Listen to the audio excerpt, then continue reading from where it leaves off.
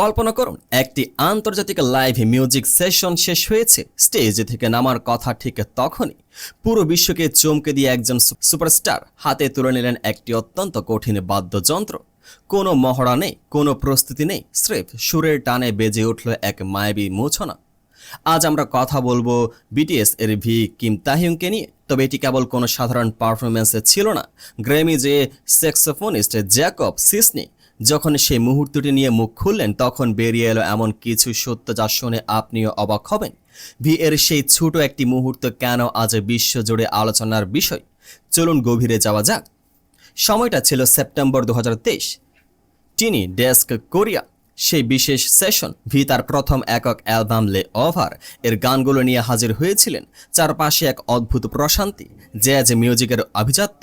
এই পুরো আয়োজনের পেছনে কারিগরদের মধ্যে একজন ছিলেন বিখ্যাত স্যাক্সোফোনিস্ট জ্যাকব সিসনি। যারা জ্যাকবকে চেনেন না তাদের জানিয়ে রাখি, তিনি মেরুন 5, জোনাস ব্রাদার্স এবং জন লিজেন্ডের মতো কিংবদন্তের সাথে কাজ করেছেন।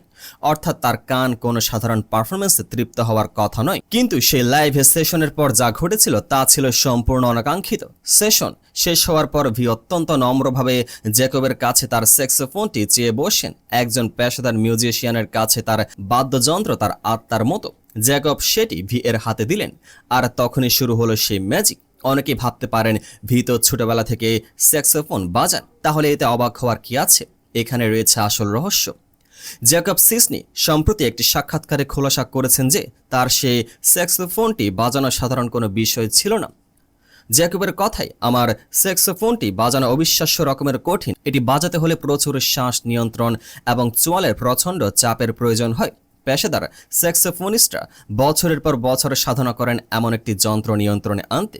কিন্তু ভি যখন সেটি বাজাতে শুরু করলেন, জ্যাকব হতবাক হয়ে লক্ষ্য করলেন ভি কোনো জড়তা ছাড়াই অত্যন্ত সাবলীলভাবে সুর তুলছেন। এটি কেবল প্রতিভা নয়, এটি হলো সুরের প্রতি তার সহজাত বোধ বা মিউজিক্যাল সেন্সিবিলিটি। জ্যাকব আরও একটি গোপন কথা শেয়ার করেছেন, সে পারফরমেন্সটি কিন্তু কোনো স্ক্রিপ্টের মুহূর্ত ছিল না। ভি যখন বাজাতে শুরু করলেন, ব্যান্ডের অন্যান্য সদস্যরাও স্বতঃস্ফূর্তভাবে তার সাথে যোগ দিলেন। স্টুডিওর সেই শান্ত পরিবেশ মুহূর্তে এক জীবন্ত জ্যাজ ক্লাবে পরিণত হলো। জ্যাকব একে বর্ণনা করেছেন একটি রিয়ালি কুল মুমেন্ট হিসেবে। কেন এই মুহূর্তটি এতটা ভাইরাল? কারণ ভি কেবল একজন আইডল হিসেবে সেখানে ছিলেন না, তিনি ছিলেন একজন খাঁটি মিউজিশিয়ান হিসেবে। মিডল স্কুল থেকে শেখা সেই স্যাক্সোফোনের সাথে তাল তিনি ভুলেননি, বরং সময়ের সাথে তা আরও ধারালো হয়েছে।